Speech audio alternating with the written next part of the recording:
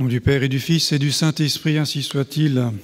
Mes bien chers frères, depuis hier soir, depuis les premières vêpres d'hier soir, nous sommes dans le temps de la Septuagésime, ce temps liturgique qui est intermédiaire entre, d'une part, le temps ordinaire qui suit le temps de l'Épiphanie, et puis le carême. Nous ne sommes plus dans ce temps après l'Épiphanie, nous ne sommes pas encore dans le carême.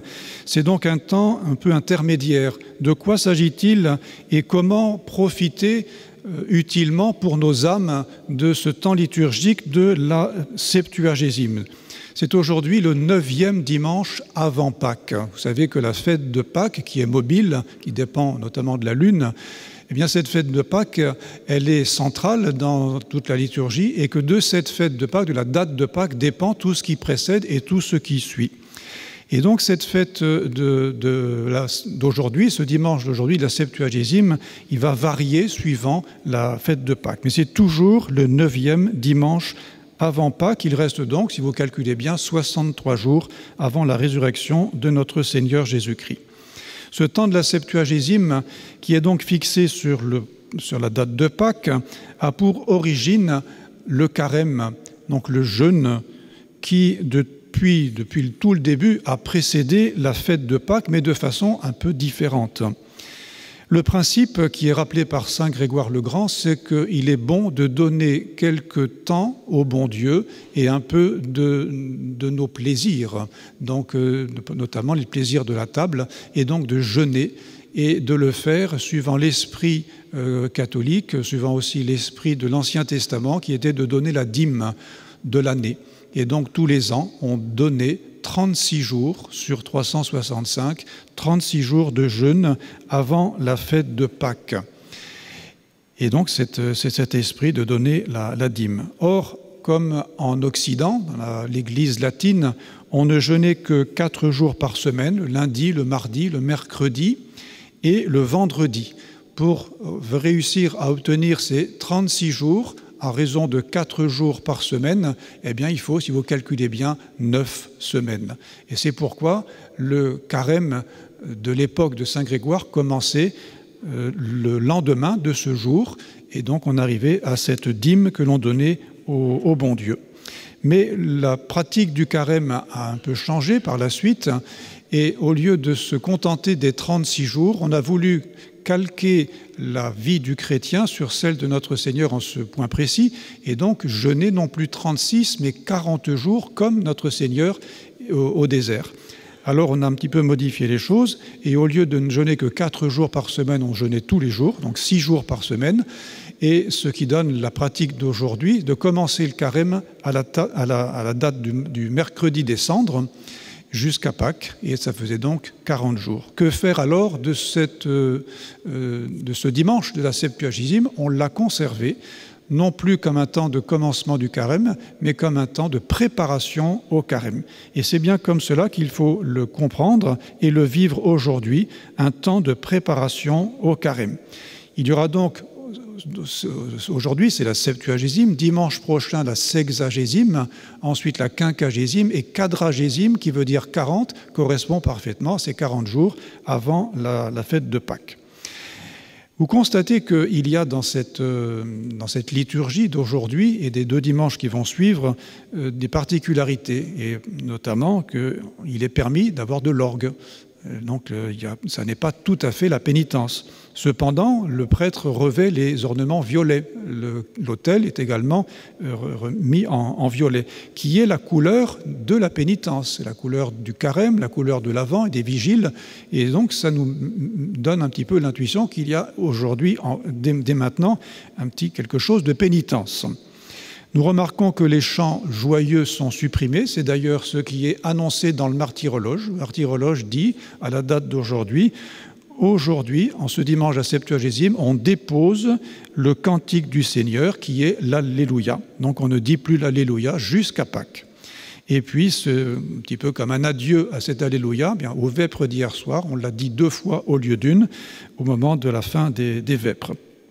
Il n'y a plus non plus de Gloria in excelsis Deo, sauf pour les fêtes, évidemment, les fêtes des saints, mais pour les fêtes du temps, il n'y a plus ce Gloria. Il y a donc vraiment quelque chose de pénitentiel pendant ce temps de la Septuagésime. Donc, bien que le jeûne ne soit plus obligatoire en ce moment, bien qu'il ait été reporté à plus tard, au moment du carême, eh bien, l'Église nous invite déjà à faire pénitence et nous invite déjà à penser au moins à la pénitence du carême. Et donc nous préparer sérieusement. Comment faire pour se préparer sérieusement à ce carême qui arrive et qui arrive de façon très providentielle? Je pense que chacun d'entre vous, mes bien chers frères, peut se rendre à soi-même ce témoignage qu'il était temps. Il était temps de reprendre en main notre vie spirituelle, qui a toujours tendance, c'est bien humain, qui a tendance à se déliter, à se relâcher quelque peu, et que ce carême, eh bien, ça tombe vraiment très bien. Et il est une excellente chose que de penser à prendre quelques résolutions. Eh bien, il suffit pour cela d'utiliser le missel, que certainement vous avez tous entre vos mains aujourd'hui. Et en regardant ce missel, nous remarquons que la Sainte Liturgie est très pédagogique. Elle veut nous montrer quelque chose avec ces 3 dimanches, donc d'aujourd'hui, sexagésime et quinquagésime. Elle veut nous montrer quelque chose. Eh bien, essayons de voir par les textes, en particulier les épîtres et les évangiles de ces 3 dimanches.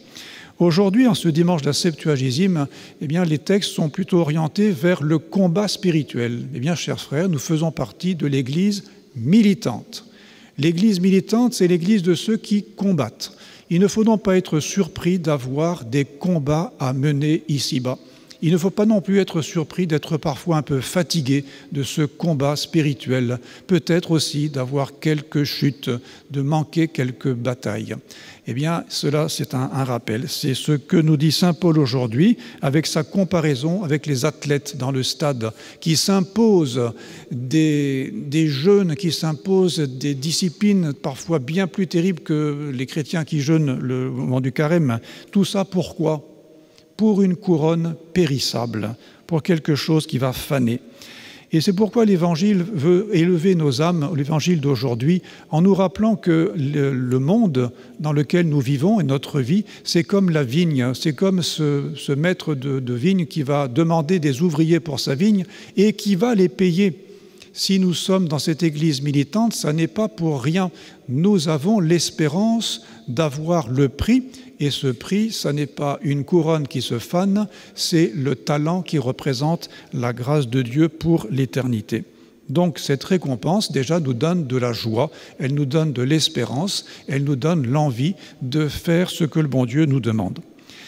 Et la semaine prochaine, au moment de la sexagésime, eh bien, la Sainte Liturgie veut nous montrer, non plus en théorie ce que nous devons faire, mais en pratique, en nous donnant un exemple. Un exemple qui est extraordinaire, c'est celui de saint Paul. Tout d'abord, au moment de la sexagésime, la station du jour, vous savez que la station, c'est le jour, c'est le lieu, la basilique romaine où le pape se rendait en ce jour. Eh bien, la station, c'est précisément Saint-Paul-hors-les-Murs, là où saint Paul est enterré.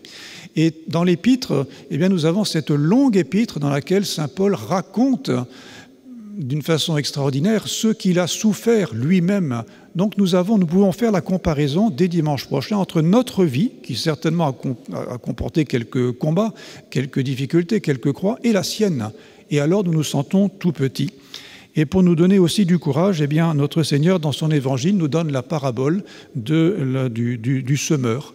Et le semeur, eh bien, il faut être bien disposé. Cela nous rappelle que nos âmes doivent être comme la bonne terre. Donc, j'anticipe évidemment ce dimanche prochain, mais nos âmes doivent être comme la bonne terre qui va recevoir la semence. Et qu'il faut donc écouter la parole de Dieu. Et puis enfin, la quinquagésime, le 3e dimanche de ce temps de la septuagésime, donc c'est dans 15 jours, eh bien, il y aura, au moment de l'épître, ce magnifique hymne à la charité. C'est le 13e chapitre de l'épître aux Corinthiens de saint Paul qui nous rappelle que tout ce que nous faisons sur la terre, tous les efforts que nous faisons n'ont aucune valeur si elles ne sont pas mues par la charité, par l'amour de Dieu. Et qu'au contraire, même si nous faisons une petite chose, une petite action qui apparemment est peu de choses, mais si nous le faisons pour l'amour de Dieu, eh bien cela a une grande valeur. Et là aussi, c'est très encourageant pour nous, parce que nos vies sont faites de petites choses, elles ne sont pas faites de choses très grandioses, elles sont faites de petites choses, de petites piqûres d'épingle, mais qui, si elles sont faites pour l'amour de Dieu, compte beaucoup. Et c'est pourquoi, si vous prenez des résolutions de carême, eh bien, prenez des choses que vous pourrez faire, qui sont peut-être pas très glorieuses, mais faites-le pour l'amour de Dieu. C'est ce que nous rappelle saint Paul dans 15 jours, dans cet épître de la Quinquagésime. Et dans l'évangile qui est donné par la suite, eh bien, notre Seigneur nous rappelle l'annonce de la passion.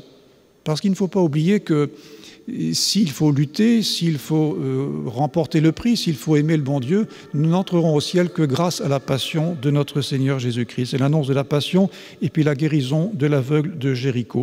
Par conséquent, il faut remettre en perspective tous nos efforts, tout ce que nous faisons toute notre vie. Nous ne sommes pas des païens. Tout ce que nous le faisons par notre Seigneur Jésus-Christ. Et il faut bien se remettre sous nos yeux aujourd'hui ce grand tableau de l'économie du salut. Nous sommes des malades par les conséquences du péché originel. Nous avons besoin de notre Seigneur Jésus-Christ et il nous faut nous disposer à cela. Et c'est un travail qu'il faut refaire constamment. Et c'est pourquoi l'Église n'hésite pas tous les ans, à redire les mêmes choses, à remettre sous nos yeux ces mêmes grands tableaux de la Septuagésime pour bien nous disposer à ce temps de carême.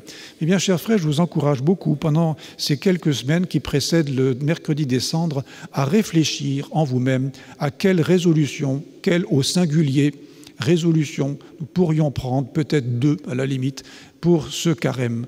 Il n'est pas nécessaire de prendre encore une fois des choses très importantes, des choses très compliquées, mais de faire un carême. Combien de fois nous pouvons nous rendre aussi ce témoignage que le carême que nous avons fait était mauvais. Et nous arrivons à la fin, après avoir pris beaucoup de résolutions, il était mauvais. Pourquoi? Parce que nous ne l'avons pas préparé. Et il en est ainsi de beaucoup de choses humaines. Nous n'avons pas préparé notre carême, alors nous le commençons en nous disant « nous verrons bien plus tard ». Nous avons le temps. Il nous reste 3 semaines pour préparer ce carême. C'est largement suffisant pour trouver la résolution qu'il faut prendre. Et généralement, c'est toujours la même, comme nous la connaissons bien. Et puis pour ensuite nous disposer à bien tenir cette résolution. Et je vous invite pendant ces 3 semaines à prier pour vous-même, à demander au bon Dieu la grâce de la lumière et la grâce de la force pour bien faire ce que vous avez vu faire sous le regard du bon Dieu et ainsi faire par la suite un très bon carême. Au nom du Père et du Fils et du Saint-Esprit, ainsi soit-il.